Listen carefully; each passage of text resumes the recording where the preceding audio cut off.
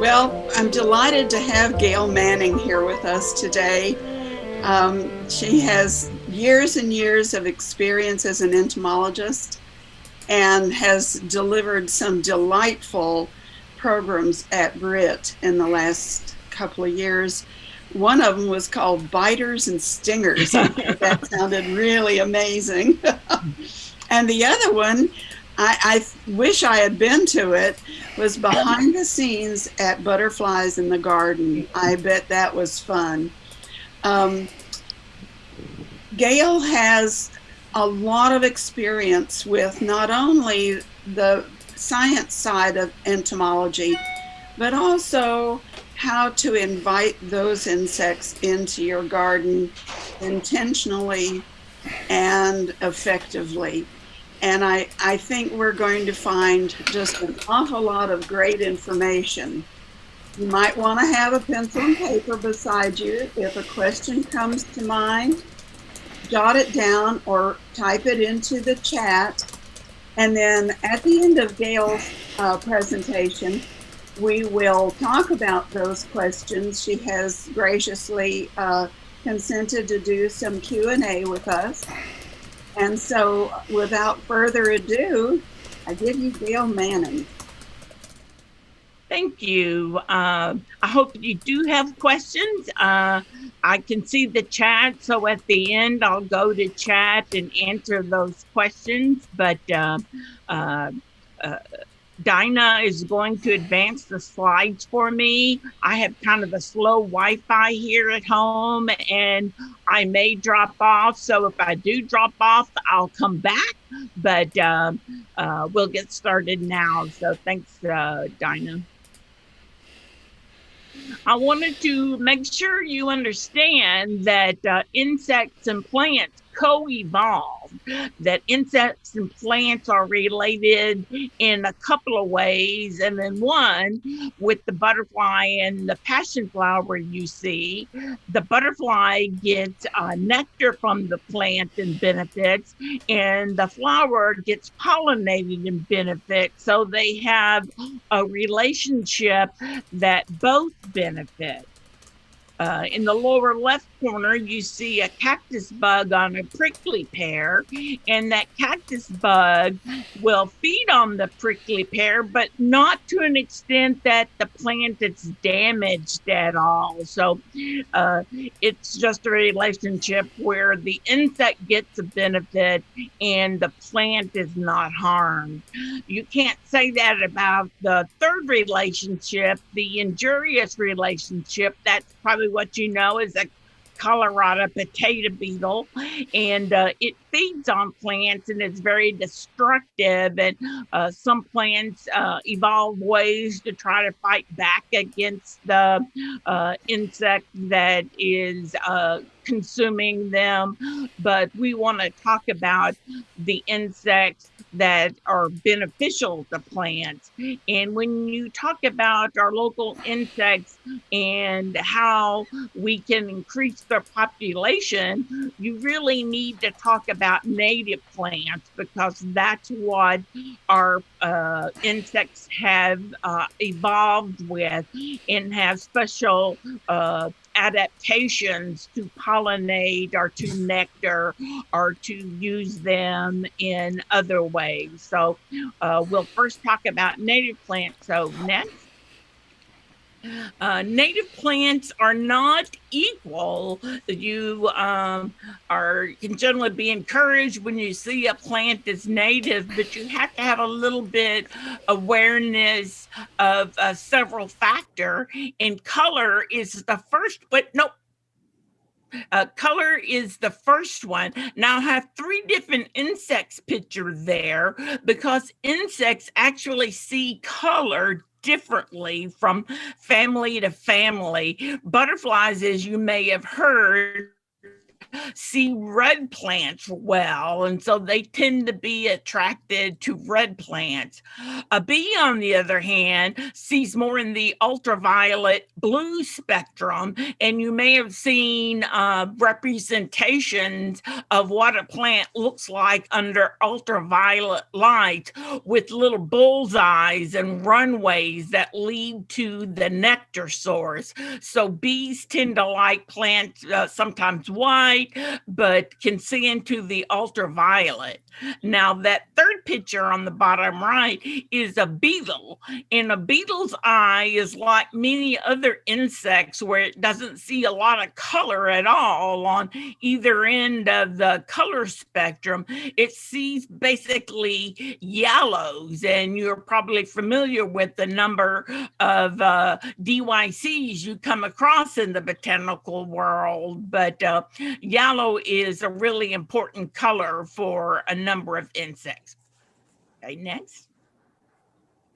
Shape is also important, and I have two kinds of symmetry on this slide. On the left is mirror symmetry, and that's really attractive to bees.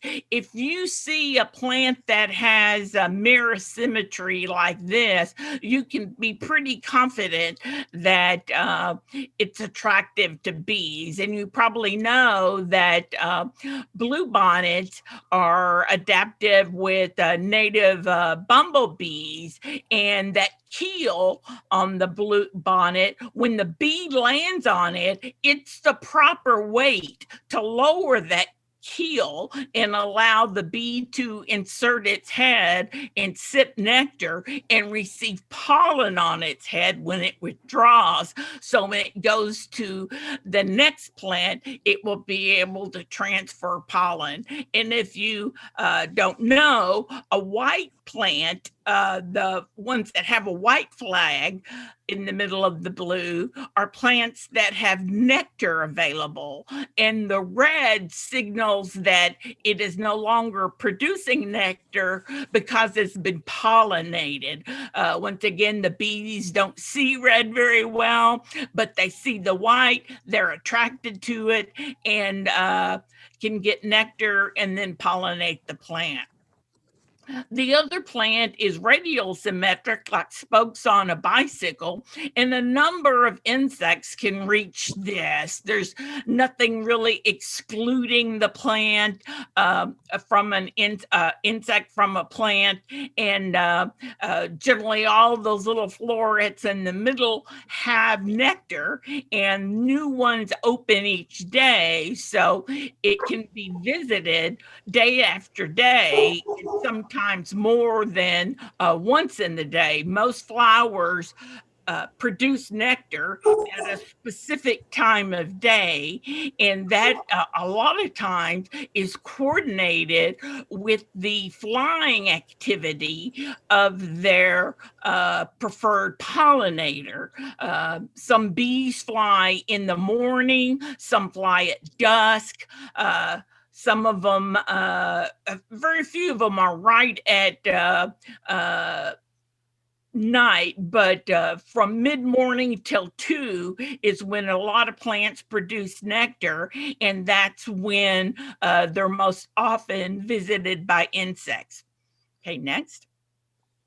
Size is important too. A big plant like magnolia is pollinated by beetles. They basically get in there, and it's called mess and soil pollination because they eat, and in their feces is partially digested pollen that helps pollinate the next flower they visit, and the pollen bodies are pretty big. On the other hand, there are really tiny flowers, and those flowers we tend to overlook, but they're very important in feeding some of the very small insects. And we don't think much about the little tiny things we see buzzing around flowers. We may think, oh, that's a fly, but in many instances, that's actually a parasitic wasp. And being so tiny, they need something small so they don't get lost in it. They need nectar and pollen to get the energy to produce their own eggs. So you need to have both large and small flowers. Next. Bloom time is also important. You want to go from spring to fall with your supply of nectar and pollen. This shows a picture of a larkspur that would be early in the spring to standing cypress that would provide nectar in the fall. And if you're interested in something like a hummingbird, you would need to have nectar available in all 3 seasons. So some of the insects, like certain native bees, are only active for a few weeks a year. So if you don't have plants available for them, they're not able to complete their life cycle at your garden. So it's important to keep plants that bloom all season long for the insects that do live for more than one season. Okay. We're going to talk about 2 ways that in here I'm saying bugs in sort of the general insect ways, not a true bug, but beneficial insects. We're going to talk about 2 ways of how they help that. So next. Just one moment. I'm getting ads. Well, I'll go ahead and talk because the first way is that they feed on aphids, mealybugs, scale insects, and other what we think of as bad insects, insects that are injurious to plants. And the next way they are beneficial is that they pollinate plants. And we'll talk a little bit about some of our native pollinators. And click again because there should be pictures at the bottom. Yes. Oh, no, it was the next slide. So we want to increase the population of the insects that do these 2 things. Okay, now next. We're going to talk about companion plants, and companion plants has, I think, like 2 definitions. Sometimes it means a plant that grows well with another plant or helps the other plant or vegetable be more flavorful or aroma more intense. But the companion plants that I mean are what we call insectary plants. And insectary, it's kind of like library, where it means a collection of books, but a collection of insects. So I'll use the term insectary plants as well. So next. The point of these insectary plants is to attract the beneficial insects. And when we just went through the qualities of native plants, that gives you an idea of some of the ways that a companion plant will attract insects in. They'll feed insects either with the nectar or the pollen, or the insect will feed on the leaf or some other sort of food body on the plants.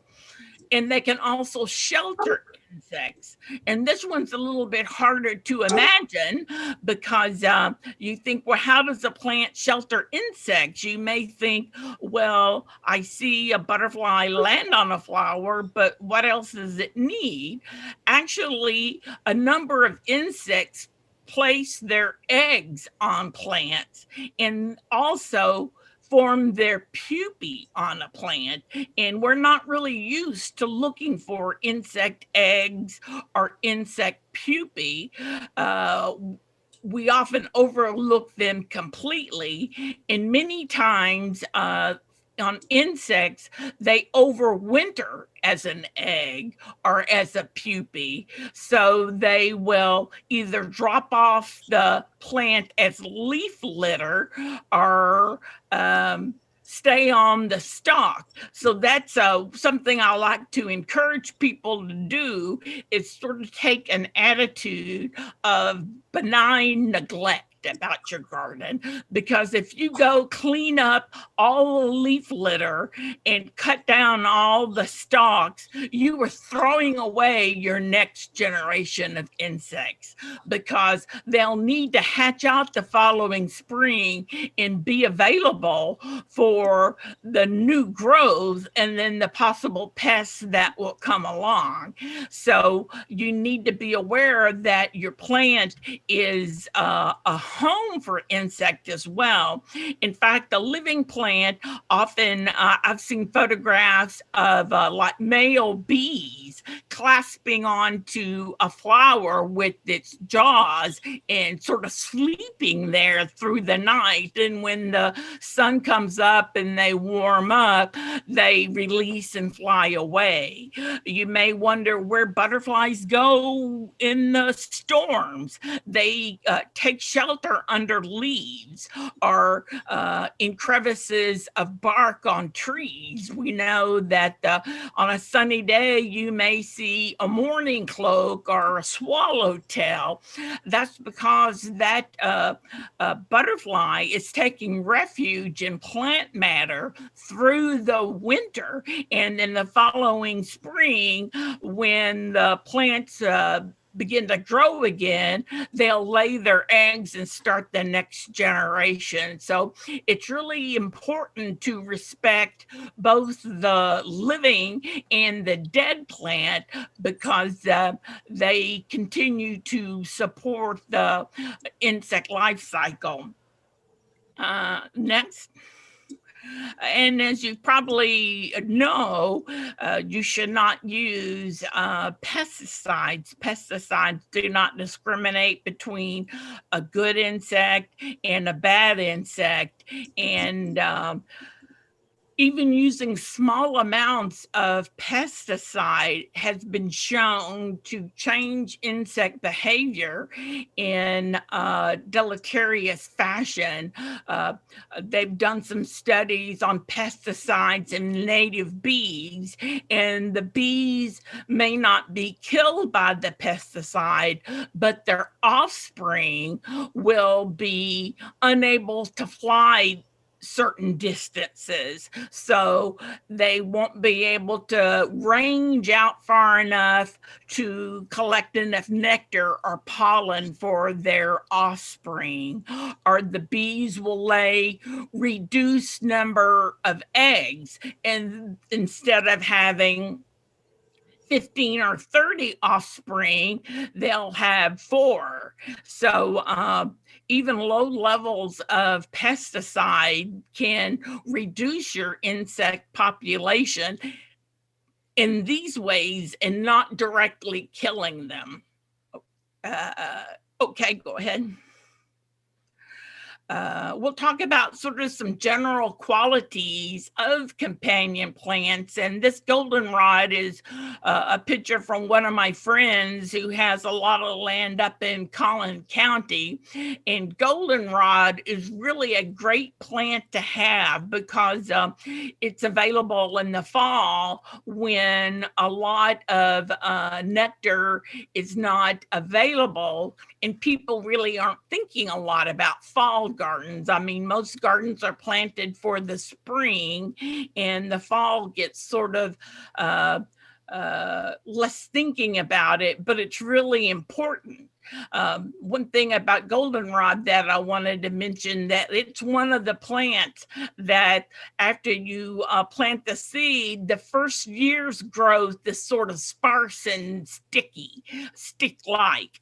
But the second year, it fills out and becomes a much prettier plant. So you have to kind of stick with it to get the benefits of it. Don't think after the first year, oh, that didn't do too well here, I'm just going to pull it up and try something else. But be patient with plants, because some of them have that characteristic of needing 2 years to mature. But being yellow, a number of insects visit it, and there are a couple of kind of interesting beetles that come along with it that actually drop their eggs down into the soil, and then they live as grubs or larvae down in the soil and pupate to emerge the next year to feed on the plants. So having a lot of yellow plants around is beneficial. Okay, next. Companion plants are often in the carrot or parsley family, and that's because of the small flowers in that umbel structure. The tiny parasitic wasp really love these. And as you notice in that bottom right picture, we have one umbel that is in bloom, and then you see two on either side that are in bud. So this plant is continually having new blooms. So an insect can visit it over a long period of time and be assured of having nectar. We kind of look at that and see one flower because we look at it in a macroscopic sort of way, but on a much smaller way, each one of those little blooms in the umbel actually is composed of a number of even smaller florets. So something big like a beetle or something like that would just go right past this. But the smaller insects, the one that do a lot of work in controlling eggs and caterpillars, really need these to provide the nectar and the protein in the pollen for them to produce eggs. Okay, next.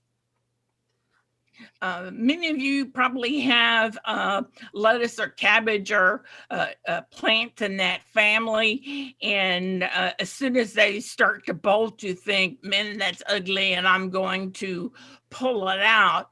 Well, I would encourage you to allow that plant to bolt, because the plants, the insects that are predatory on the bad insects have a relationship with the plant that's beneficial.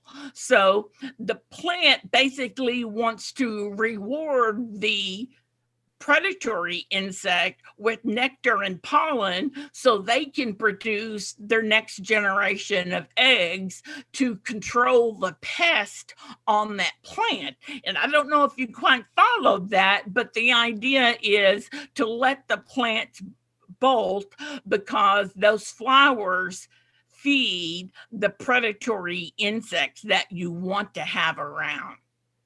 Okay, next. Companion plants can also be used to exclude weeds. We'll talk about ground cover in a little bit, but sometimes it's nice just to see another flower in there. And if you put a companion plant or an insectary plant in there, you're helping control erosion and help keeping moisture in the plant, and doing something beneficial for your garden at the same time by keeping the weeds from seeds from landing and getting a toehold. Next. There's kind of two ways to plant companion plant.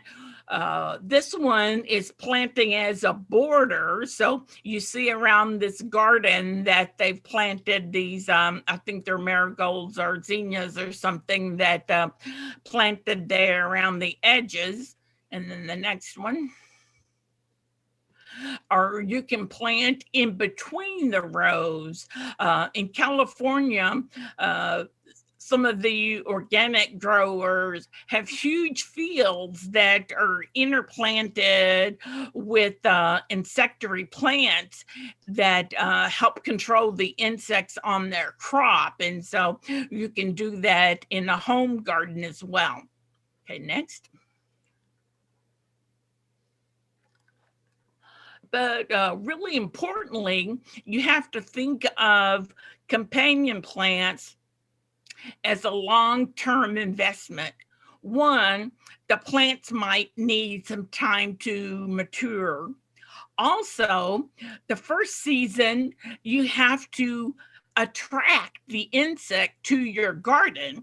I mean, insects basically have to disperse after they hatch out from the pupae stage and fly until they find their prey. Now, many plants have chemical I don't want to use a bunch of big words, but send out a chemical signal when they are being attacked by a bad insect. And so the predatory insect perceives that chemical cue and comes to the plant. So this all takes some time to happen. So you may get a couple of your desired insects one season, and they will have to go through a whole life cycle to create more.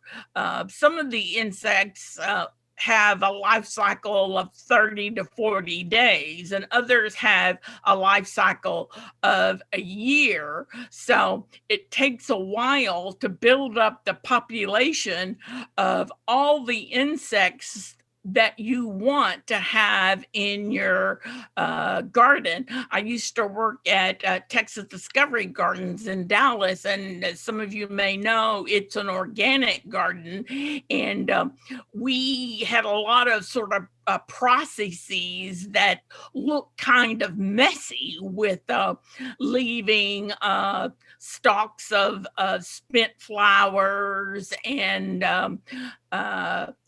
having sort of a buildup of a plant pest, because you have to get to a range of damage to a plant for the plant to send the cue so the predator comes. So it's not something that you can plant the plants this spring and you'll have a bounty of predatory insects, because it does take a while, a year maybe, to develop a population. Okay, so next. And so now we're going to talk about some predatory insects. And I guess next slide, I think there's some words on this. We're going to talk about kind of two ways of an insect being predatory. One, it's that they eat the mature insect. They eat the aphid or mealybug or the plant-sucking bug. And then the next one is that they can eat eggs and the immature insects. You may know that an insect hatches out as an immature form, and it often has to molt several times before it's the adult. So you have one pest that could be injurious as an adult, but if you eat it as an egg, you'll never be bothered by it. So you want to control both the adult and the eggs. Something that's in the right-hand corner over there, that's an insect egg, and that egg is about the size of a pinhead.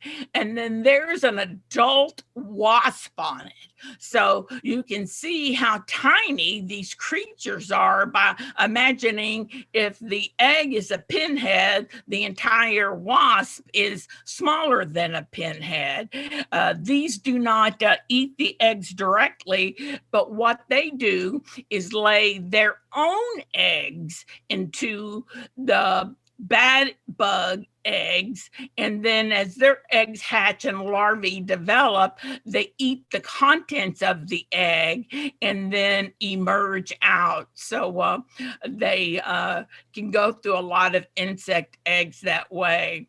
Other wasps will lay eggs on the caterpillar, and you may have seen parasitized tobacco hornworm that had like little white ovals all over it, and those were the pupae of the parasitic wasp that laid its egg in the caterpillar, and the developing wasp ate the contents of the caterpillar and then emerged. So parasitizing eggs and caterpillars, this is really all I'm going to say about them in this talk. But some of the other pictures there on the upper left show immature insects. That's green lacewing larvae and a flower fly larvae, and you see them both consuming aphids. The bottom picture has praying mantis, and occasionally you see praying mantis in a garden. Our local species really likes trees and bramble more, so it might be difficult to see them. And then they also form a cocoon of eggs on the tree branch, and if you trim away the branch that the egg case happens to be on, you may miss the emergence of the praying mantis the following spring. I've had occasionally people bring in a praying mantis egg case, and it's like, is this some kind of moth cocoon? Because if you haven't seen it, it's kind of brown and it's a little styrofoamy. The eggs are actually insulated from the cold weather by this sort of foamy that hardens insect case. So one of the cases of the Chinese mantid, that's the one that you can purchase. And then you have the sort of long brown case of our local mantid. Okay, next. Now, people love ladybugs, and we have 136 ladybird beetles in Texas. So the number of spots and stuff can vary from beetle to beetle. Next. The important thing and the good thing about ladybugs is that both the adult and the larvae are predators. So they'll both eat bad insects. A lady beetle will eat adult insects, but the larvae will eat mostly small bodied things. So they're good both as immatures and as adults. Okay, next. And you want to encourage your local population of insects. Now, some of you may have bought ladybugs and released them, and they all fly away.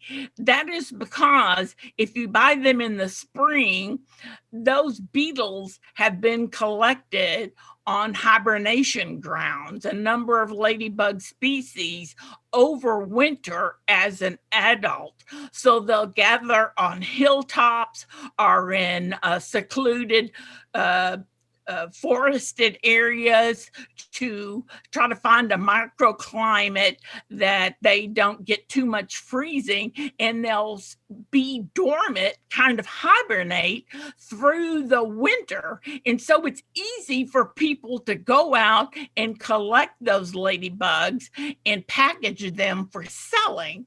And then when you release them, they fly away, because in nature, when the spring comes, the ingrown habit is to disperse to find your new home. So when you release the ladybugs, their instinct is to start flying. And so you don't have too many left in your garden.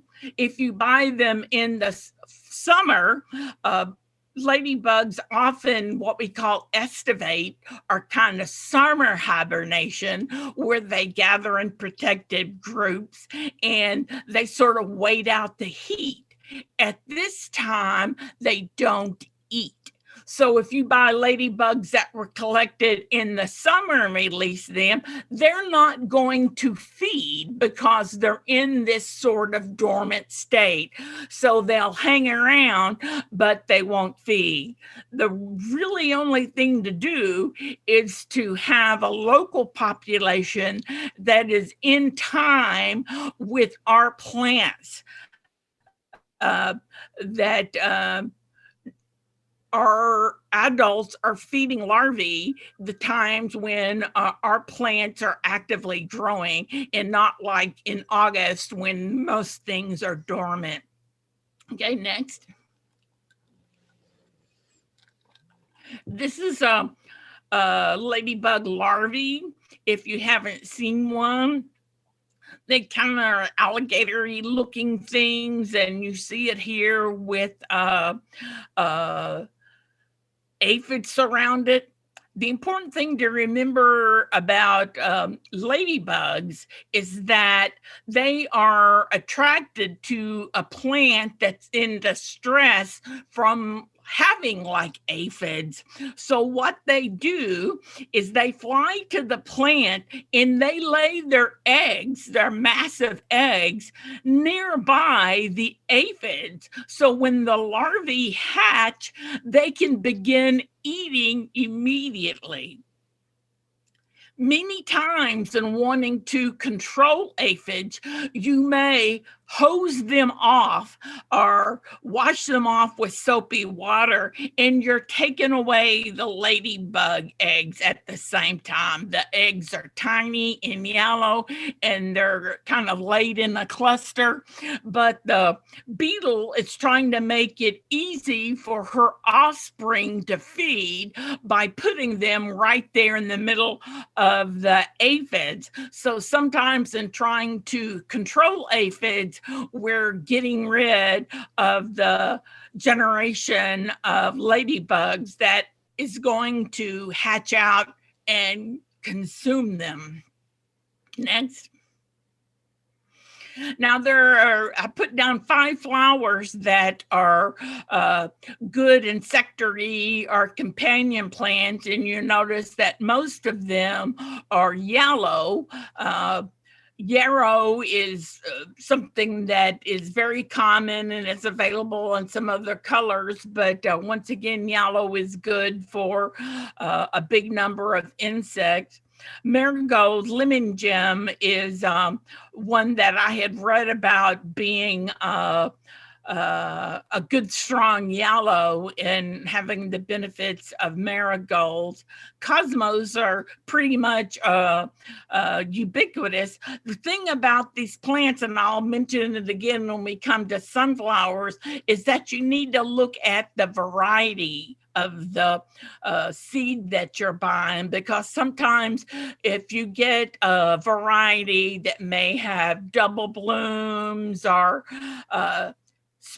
especially tall, that new factor may kind of remove its attractiveness to beneficial insects. In the case of sunflowers, you can often buy flowers that are good for decorating but don't produce pollen, and that's what you want, is the pollen production. So be careful when you're looking at different varieties to make sure that you're not getting one that the characteristics you want haven't been bred out. And dill and fennel are like what we talked about before, umbelliferous plants that provide a lot of bloom and last for a long time. Okay, next. We're going to talk a little bit about ground beetles here, and you probably don't think too much about ground beetles because they're nocturnal, and they do most of their feeding on insects when they're scurrying around at night. That one on the top and left, Calisoma scrutator, is also called the fiery searcher or the caterpillar hunter because it's well known for crawling really fast and capturing caterpillars and eating them. That on the bottom is Scarides. That's a stag beetle, and you can see by on the far right part of the beetle those great big mandibles or like jaws it has where it can capture and feed on insects. Okay, next. You want to plant some plants that hug the ground to provide shelter for these beetles during the day. Thyme and rosemary both have that feature of being low to the ground. And I selected these pictures because they both have rocks and ground cover. And beetles also like rocks and ground cover. I mean, everybody knows if you turn over a rock, half the time a beetle goes scurrying away. So you need to provide those shelters for beetles for them in your garden. Next. This is just some examples of how people have used stones or logs to sort of create habitat for beetles. There on the right are two what they call beetle banks. I believe those in England, and you can see they've used concrete blocks and bricks and things like that to create all kinds of nooks and crannies and holes for both bees and beetles and even spiders to use. So you might have a little bit of fun creating a little whimsical structure to house beetles and some native bees as well. Okay. I often get asked about lightning bugs because people say, you know, they saw lightning bugs as a kid and they don't see them now. Well, first of all, I wanted to say that a lightning bug larvae is predatory. They live in the ground in turf and they feed on slugs and insects. And so they do a good job for us as larvae. And the adult is basically to mate. So next slide. You need to have a firefly friendly habitat. So next.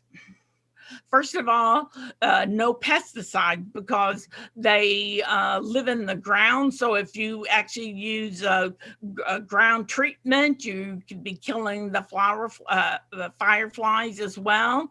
And next. Fireflies mate by crawling up specific heights and flashing. The female will select a plant, a flower, or a stem of grass and flash in a code, and the male fireflies flying around recognize the code and fly there to mate. So you need to have grass or forbs tall enough to take advantage of the height requirement that fireflies need. Okay, next.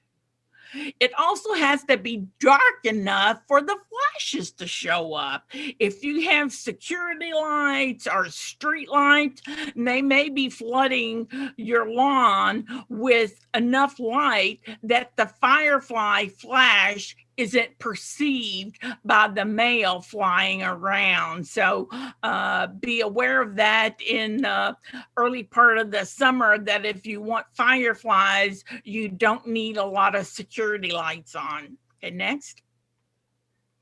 Now, I had green lacewing on my introductory slide because I really like them.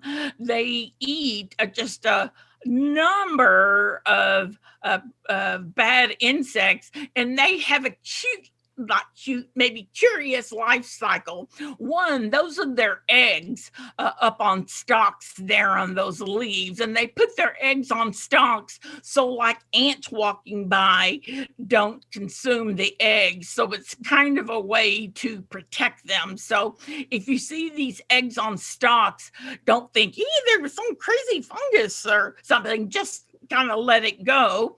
That is the larvae eating an aphid there, and their larvae have three instars or growing stages before they pupate, and that pupae is down in the bottom left. They some of them have this interesting habit of collecting debris and sort of sticking it to themselves. So when they pupate, they look kind of like a little mess of something, and it's their way of not being eaten by a bird or something like that, by looking essentially like a lump of trash. So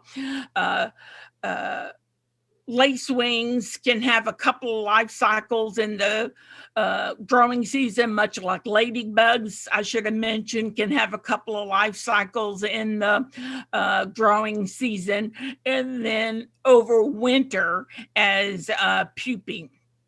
Okay, next. These are a couple additional plants that are good for green lacewing, and bush sunflower leads me to the next one, which are just sunflowers in general are a great flower to have. Bush sunflower is good for people who don't want the investment of that great big flower. But once again, you need to check it for pollen production, and generally what they call old-fashioned or something like that is what you're going for. But there are more insects that utilize sunflowers than any other flower. Okay, next. We're going to talk about a couple of our native pollinators right quick. One is the orchard mason bee, which we should be seeing soon. It comes out in the spring and collects nectar and pollen from like the trees that are in bloom. They're called mason bees because you see that picture on the left. There's a little pollen ball and the developing larvae there. And in between each one of those pollen balls and larvae is a little little wall that the mason bee erected. So that's the inside of a stem, and they'll just basically fill up the cavity with pollen, egg, build a wall, pollen, egg, build a wall. So that's how they get the name mason bee. Next. There's also leaf cutter bees, and you've probably seen those little circular holes cut out of your rose bushes. That bee uses them, as you see in the picture on the right, to sort of plug the hole, make the walls and the cavity of their nest. They are interesting among bees in that they carry the pollen on the underside of their abdomen. Okay, next.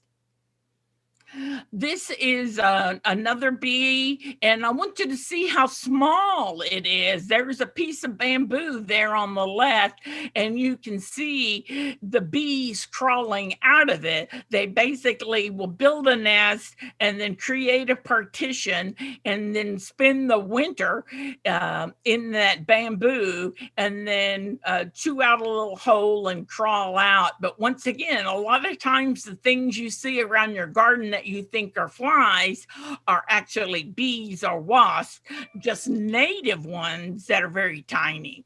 Next. These are a couple of bee nests.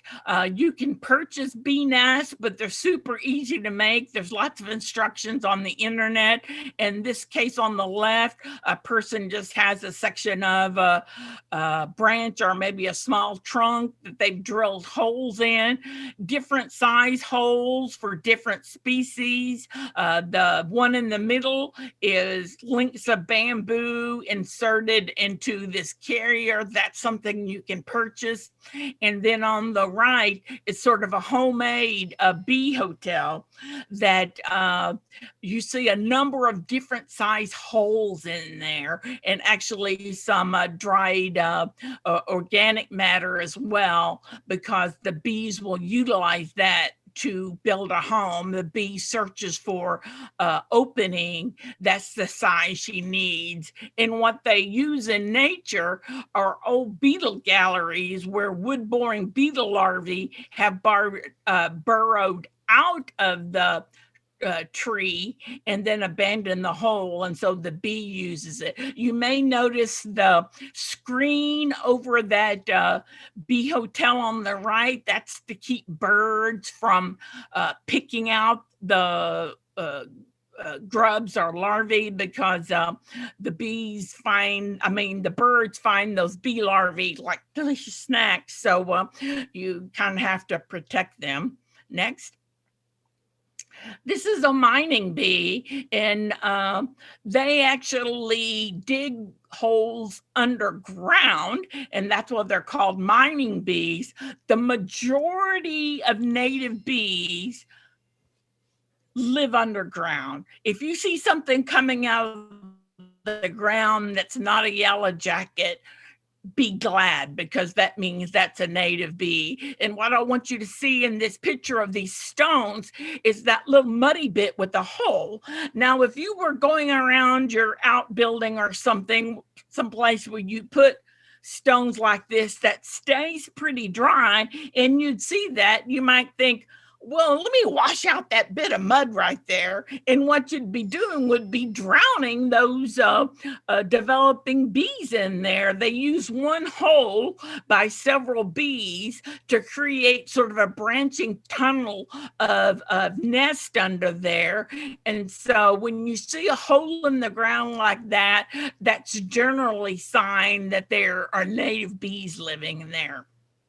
Okay, next. We hear a lot about our sweat bees, or I hear a lot about sweat bees because they are bright green. They also live in the ground. They're attracted to the salt and minerals in your sweat, which is how they get their name. And next. Here's a picture of a fly and a honeybee, a drone fly, and there are a number of these flower flies that mimic bees, and the flies are pollinator, and their larvae are many times predaceous. That is the fly on the lower left corner and the honeybee on the upper right corner, and the drone fly actually makes that zzz noise to carry the deception further. So next. This is just a picture I got off the internet of just some of the flower flies. So you can see they look like they mimic a number of different insects. And if you know what I mean when acts like a fly, like do this little thing, if you see them on a plant, they will be doing that. And that's not something bees do. So some of their flying looks more like a fly, where they'll do that loop-de-loop instead of just the buzzing land like a bee does. But be aware that a number of things you think of bees are flies, and then a number of flies you think are bees. Okay, next. So to sum it up, you need to understand the insect associations with plants. And next, avoid pesticides. 2, plant natives. 3, plan for spring, summer, and fall blooms. 4, plant a variety of flower shapes and sizes. 5, and tolerate stems and leaf litter. And that goes to protecting your next year's population of insects. So that concludes my talk, and I'll look in chat for questions.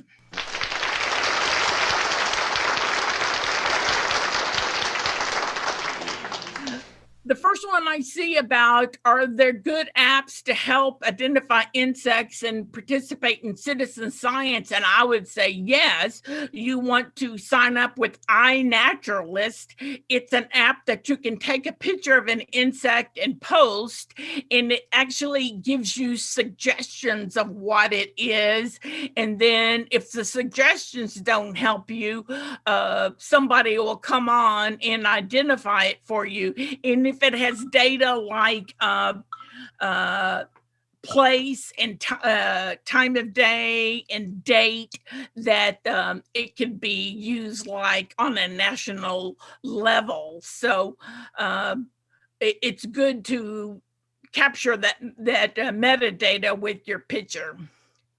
So I'm getting a couple of questions here. What point is it reasonable to trim off dry stalks and prune plants? That you can do some of it, like if you just really want to like get your border clean, but leave some to after freeze or before the next spring. The best insect population of beneficial bees and stuff I ever had at the garden was when we had a lot of overwintering of the plants. A number of years ago, the master gardeners would work in it in the summer, and then they would just leave it, and then they'd come back in the spring and clear it out. And that, once again, benign neglect of allowing those dried plants to stay there and house all those insects. We just had a tremendous population of insects. And I even had a cuckoo bee, which is a parasitic bee, that showed me how many I had, that if it could support a couple of these parasitic bees, that the native bees were doing good. I would say if you want to drill for a bee house, to go on the internet and look, because I don't know off the top of my mind remember the sizes, but they vary from small to pretty big. The little tiny soil volcanoes, those are called tumuli, and those are bee houses. So that's good that you have those, because that means there are native bees in the soil there. I think I answered that one. Native bees are active for any time between a week or two and several months. Like I mentioned, the orchard mason bees are active in the early spring. We had some ground bees that came out near the Rose Shelter House for about 2 weeks every year. And people would always like say, I'm scared of those bees. And I would literally put out a little sign that these are native bees, and to watch them going down into the ground, because the turf sort of masks their holes. But different times of year for different bees. Mud daubers are beneficial. They actually pack each of their little tubes with captured and paralyzed insects, and they put their eggs on them. The eggs hatch, and the larvae consume those paralyzed insects. Because if the mud dauber killed them, they would dry up and not be good as food. So they paralyze them so they're fresh when the bee or a wasp eats them. I have a question from Donna that I don't think you saw, who Donna Detzel, who wanted to know about her neighbor's spray systems, mosquito spray systems, and the pesticide in that. Does this kill butterflies or birds? Well, it depends what it is. Some of them use sort of an orange oil that is not particularly bad, and they put it out at such a low parts per million of it, that it's generally okay. If they're using insecticide, I might be concerned about drift, but basically those mosquito sprayers don't they put out such a low volume mist that it doesn't carry very far. Thank you. Gail, we also have a question about how can you tell if a plant variety has been bred or modified in such a way that it's no longer beneficial? Well, you kind of have to look at the label of it and see if it says something like heirloom variety, or if it says something like suitable for cuttings. That would probably mean that it wouldn't be good to support insects, but something that has like double flowers is bred to have flowers and not to put energy into pollen and nectar production. I think it was so instructive, and you packed so much information in such a short time that I'm hopeful that you will come back sometime, maybe next year, and give us more of your information.